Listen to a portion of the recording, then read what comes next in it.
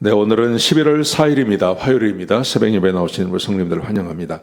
말씀 나누기 전에 공동교회 제목으로 기도하시겠습니다. 배옥진 집사의 병상에 함께 하셔서 통증이 없게 하시고 하나님의 위로와 힘을 부어 주십시오. 권하자 집사가 다시 걸을 수 있게 회복시켜 주십시오. 케미 에브라임 형제의 새로운 신장이 몸에 완벽히 적응되게 해 주십시오.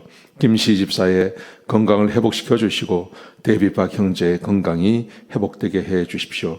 노성호 집사의 건강을 회복시켜 주시고 함상아 집사의 췌장암을 치료해 주시고 새 힘을 주십시오. 신성 집사의 대장암 수술 후 빠른 회복을 허락해 주십시오. 나의 모든 가족이 예수님 믿고 구원받게 해 주시고 추수감사절 가족 초청 예배에 모든 가족이 참석하게 해 주십시오. 예수님의 이름으로 기도합니다. 아멘.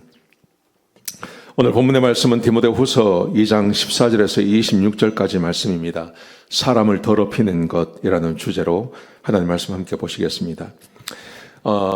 사도 바울이 자기 제자 디모데에게 충성할 것을 그렇게 요구했습니다. 여러분, 그런데 아무리 충성하고 싶어도 하나님께서 쓰시는 사람이 있고 하나님께서 쓰지 못하는 사람이 있습니다. 내가 충성을 한다고 해서 그 충성이 다 하나님 앞에 받아들여지는 것은 아니죠. 하나님께서 쓰시는 사람이 되셔야 됩니다. 그래서 오늘 본문에 보시면 사도 바울이 한 예를 들었습니다. 큰 집에는 금그릇도 있고 은그릇도 있고 질그릇도 있고 나무그릇도 있다. 자, 여러 가지 종류의 그릇이 있다는 말이죠. 사람이 그렇지 않습니까? 사람도 금그릇 같은 사람이 있고 질그릇 같은 사람이 있고 사람의 능력이 다 다릅니다. 여러분, 그런데 여기서 중요한 것은 하나님이 금그릇만 쓰고 질그릇은 쓰지 않는다는 말이 없습니다. 여기서 중요한 말은 하나님께서 귀히 쓰는 그릇이 있다. 근데 이 귀히 쓰는 그릇은 어떤 거냐 하면 깨끗한 그릇을 하나님께서 귀히 쓰신다고 말씀하십니다. 다 마찬가지입니다. 우리도 그렇습니다. 아무리 좋은 그릇, 비싼 그릇이라 하더라도 그 그릇이 더러우면 쓰지 않습니다. 그런데 깨끗한 그릇은 사람들이 쓰게 되어 있습니다. 우리와 마찬가지로 하나님도 그렇게 하신다는 거죠. 그러면서 사도 바울은 오늘 본문에서 사람을 더럽히는 것이 무엇이 있는지 크게 두 가지를 이야기합니다. 그 말씀을 같이 한번 보시겠습니다.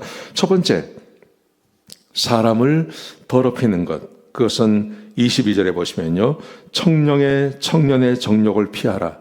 주를 깨끗한 마음으로 부르는 자들과 함께 의와 믿음과 사랑과 화평을 따르라. 이렇게 말씀하세요. 청년의 정욕을 피하라. 청년의 정욕, 이것은 성욕만 이야기하는 것이 아닙니다. 청년에게는 정욕이 있죠. 그 정욕은 어떤 것이냐 하면 이런 것입니다. 내가 최고가 되고 싶은 것, 내가 다른 사람보다 잘나고 싶은 것, 내가 모든 것을 다 갖고 싶은 것, 이 모든 것이 다 청년의 정욕 안에 포함되어져 있는 것입니다. 그래서 이렇게 말하는 것입니다. 주를 깨끗한 마음으로 부르는 사람과 함께 의와 믿음과 사랑과 화평을 따르라. 독선적이고 요즘 그런 말이 있지 않습니까? MZ세대 이런 말을 하죠. 자기 마음대로 하는 거죠. 세상은 그것을 그렇게 봐줄 수 있습니다. 여러분, 그런데 교회에서는 이게 안 됩니다. 특별히 하나님 앞에서는 그렇지 않습니다. 자기를 깨끗하게 해야 합니다. 청년의 독선, 청년이 정욕, 청룡이 바라는 모든 것, 그 모든 것이 용납되는 것이 아닙니다. 그러므로 교회에서는 의와 믿음과 사랑과 화평을 지키는 것, 이것이 자기를 더럽히지 않는 것입니다. 교회에서 하나님 앞에서 특별히 하나님의 사역을 하면서 독선적으로 하는 것, 이게 사람을 더럽히는 것입니다. 네, 이게 첫 번째고요. 두 번째 이겁니다. 어리석고 무식한 변론을 버리라고 말씀하십니다. 23절입니다. 이렇게 되어 있습니다. 주의 종은 다투지 않고 모든 사람과 온유함으로 지낸다고 말씀하십니다. 사람을 더럽히는 것, 그것은 어리석고 무식한 변론을 하는 것, 계속해서 자기 주장을 이야기하고 하나님의 진리가 아닌 비진리를 가지고 진리라고 주장하고 하는 것, 이게 바로 무식하고 또 어리석은 변론이라고 말하죠.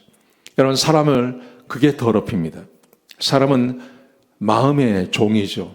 사람은 자기 마음을 따라 삽니다. 근데 그 마음은 자기 생각에서 오는 것입니다.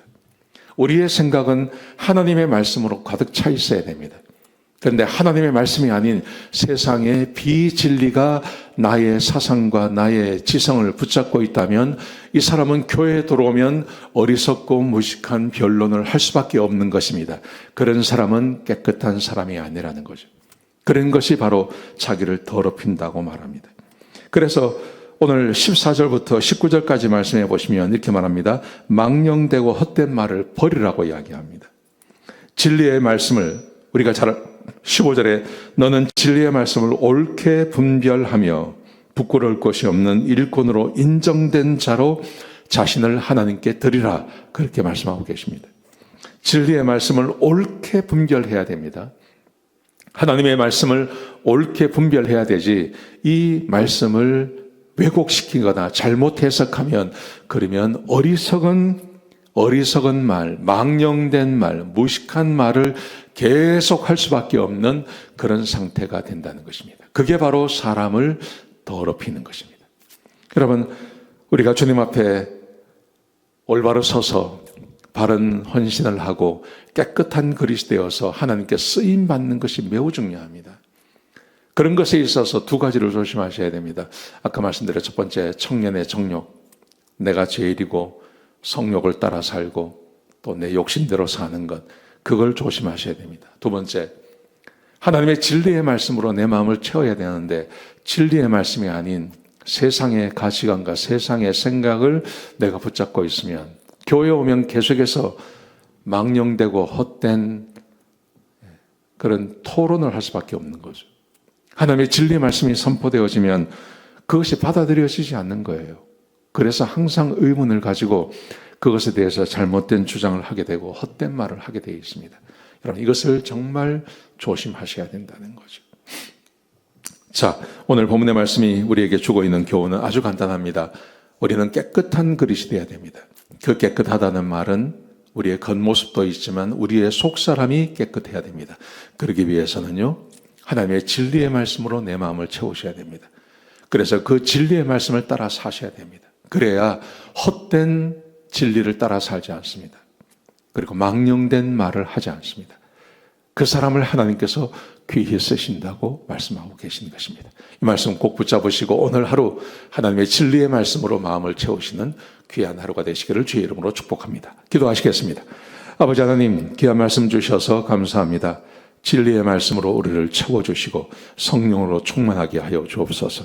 헛된 말에, 헛된 세상의 사상에, 또 청년의 정욕에 마음 뺏기지 않게 하여 주옵소서. 감사합니다. 예수님의 귀하신 이름으로 간절히 기도드렸습니다. 아멘.